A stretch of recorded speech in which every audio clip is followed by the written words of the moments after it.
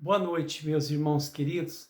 Que a paz de Deus, a paz de Jesus Cristo e o desejo do bem de toda a humanidade sejam sempre os nossos maiores e divinos objetivos.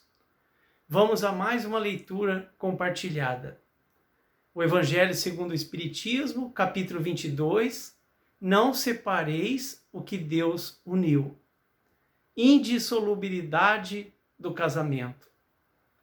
Os fariseus também vieram a Jesus para tentá-lo e lhe disseram: é permitido a um homem repudiar sua mulher por qualquer motivo?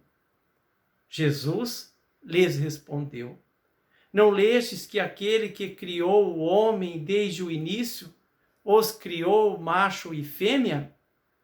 E disse: por essa razão, o homem deixará seu pai e sua mãe e se unirá à sua mulher, e farão os dois uma só carne.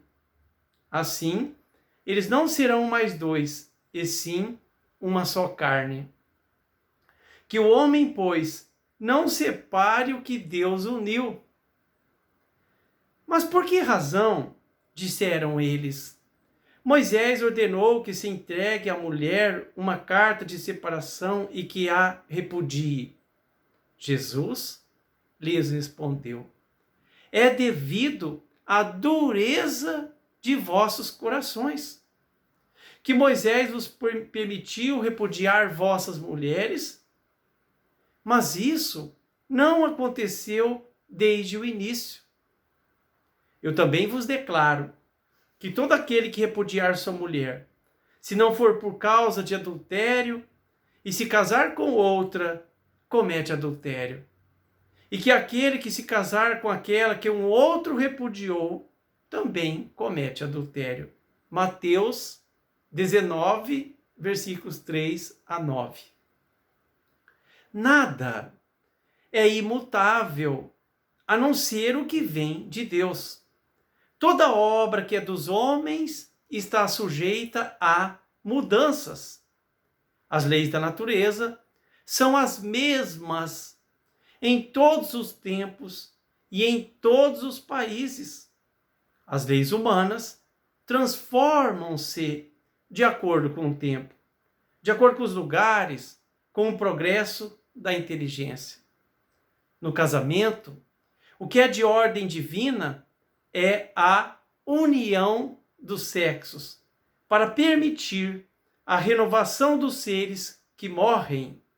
Mas as condições que regulam essa união são de tal modo humanas que não há em todo o mundo, e até mesmo na cristandade, dois países em que elas sejam rigorosamente as mesmas, e nem há um sequer em que essas condições não tenham sofrido mudanças impostas pelo tempo.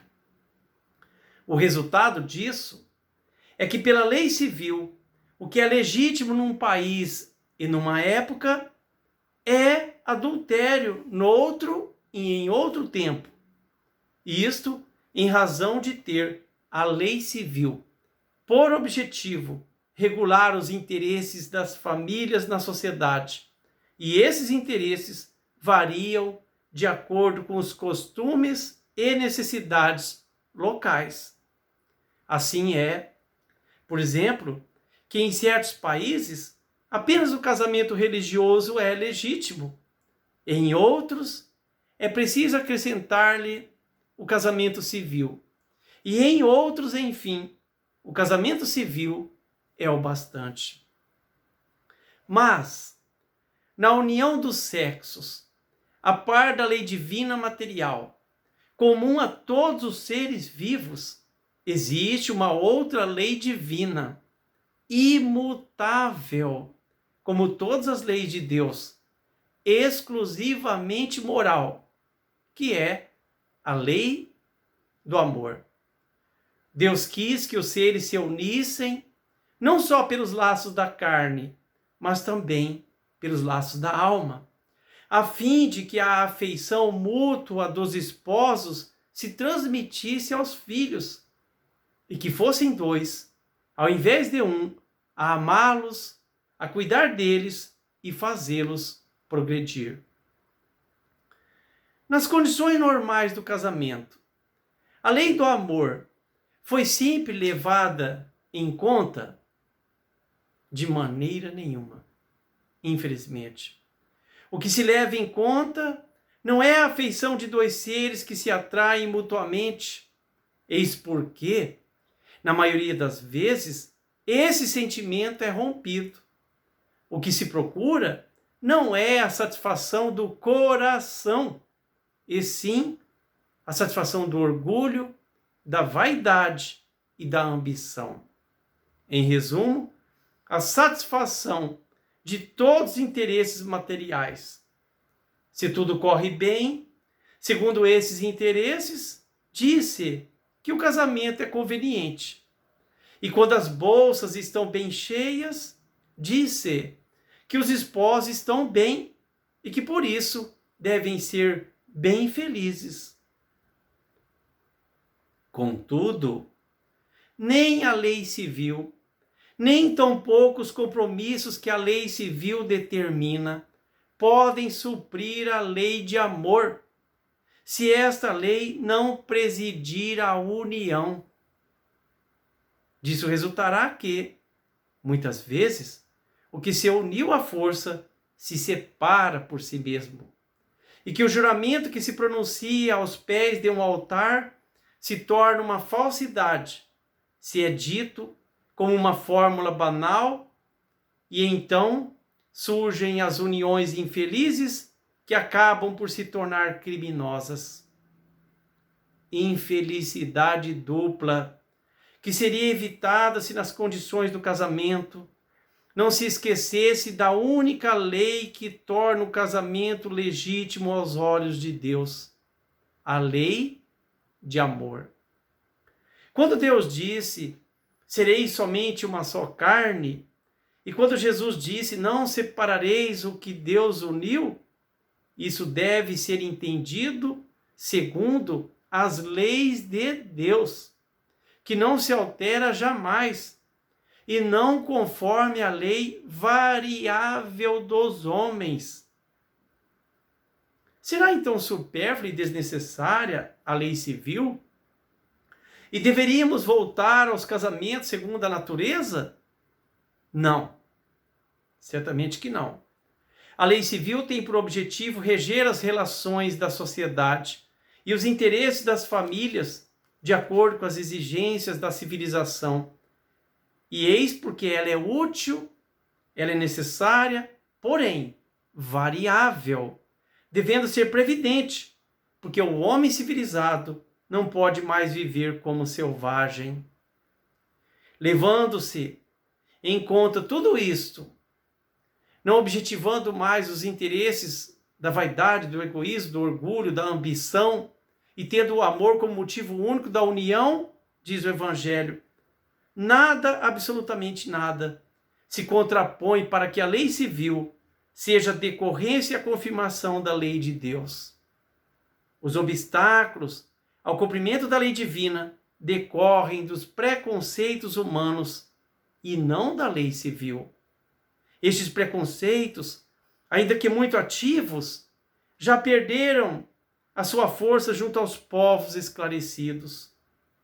Estes preconceitos desaparecerão totalmente com o progresso moral, que abrirá definitivamente os olhos aos homens para os males incontáveis, as faltas e até mesmo os crimes que resultam de uniões contraídas, visando apenas interesses materiais. E um dia se perguntará se é mais humano, se é mais caridoso, mais moral, unirem-se um ao outro dois seres que não podem viver juntos ou restituir-lhes a liberdade. E ainda, se a perspectiva de uma aliança indissolúvel não aumenta o número das uniões irregulares. O divórcio. O divórcio é uma lei humana, que tem por objetivo separar legalmente o que de fato já está separado.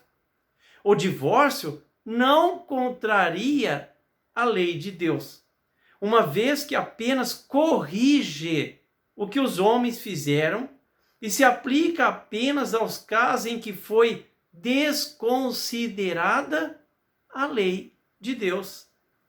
Se fosse contrário à lei de Deus, a própria igreja seria forçada a considerar como prevaricadores aqueles dentre seus chefes que, por sua própria autoridade e em nome da religião, impuseram o divórcio em mais de uma ocasião.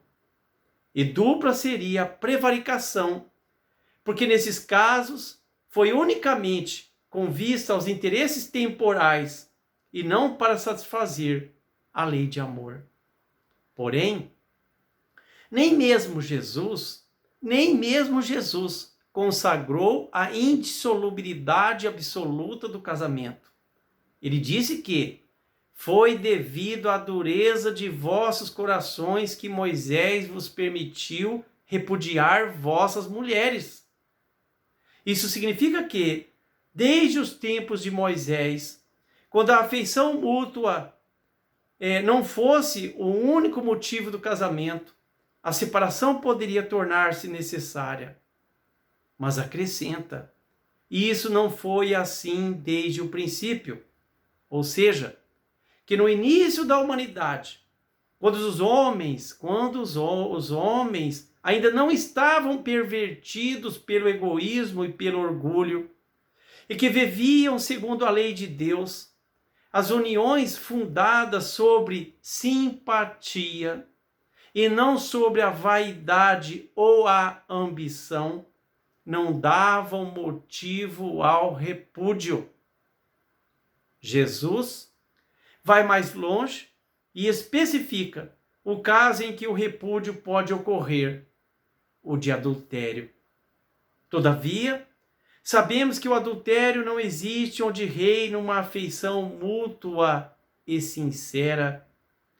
Jesus proíbe, é bem verdade, a todo homem poder casar-se com a mulher repudiada, mas é preciso considerar os costumes e o caráter dos homens daquela época. A lei mosaica, nesse caso, prescrevia a morte para a mulher adúltera pelo apedrejamento. Querendo abolir um costume bárbaro como esse, seria preciso naturalmente uma penalidade que o substituísse. Jesus a encontra na proibição do casamento com a mulher adúltera, considerando-o desonroso. Era, de qualquer maneira, uma lei civil, substituída por outra lei civil, mas que, como todas as leis dessa natureza, deveria sofrer a prova do tempo. Carta aos Cônjuges, de Cassimiro Cunha, psicografia de Chico Xavier. Meus irmãos, o matrimônio é um instituto divino, onde o trabalho em comum é luz de amor e de ensino. O lar é um templo sagrado, de vida superior, onde começa no mundo a lei sublime do amor. Toda harmonia terrestre, em circunstâncias quaisquer, tem seu início sagrado no marido e na mulher. São ambos um corpo só, em doce consagração. Se o homem é a cabeça, a mulher é o coração. Cada um no seu lugar, são iguais pelo dever, no santo esforço que as mães nunca cessam de fazer. Sem a máxima união, na intimidade do lar, esse corpo transcendente não consegue funcionar. Porventura já se viu coração sobre a cabeça, ou ambos em separação, funcionando em vida avessa? Se a mulher é sentimento, se o homem é luta e ação, devem ambos ser unidos no plano da educação. para que um lar seja o pouso do carinho e da esperança, jamais esqueça o regime do amor e da confiança.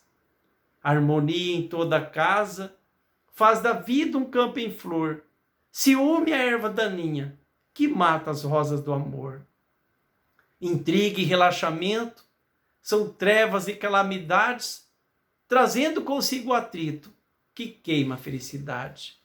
Se há lutas pelo caminho, a aventura dos casais consiste em reconhecer que o perdão nunca é demais. Quem recebeu a missão desse instituto de amor tem solenes compromissos perante as leis do Senhor. Faça do lar terrestre a estrada da salvação, onde Jesus planta as flores de vida e de redenção. Que assim seja.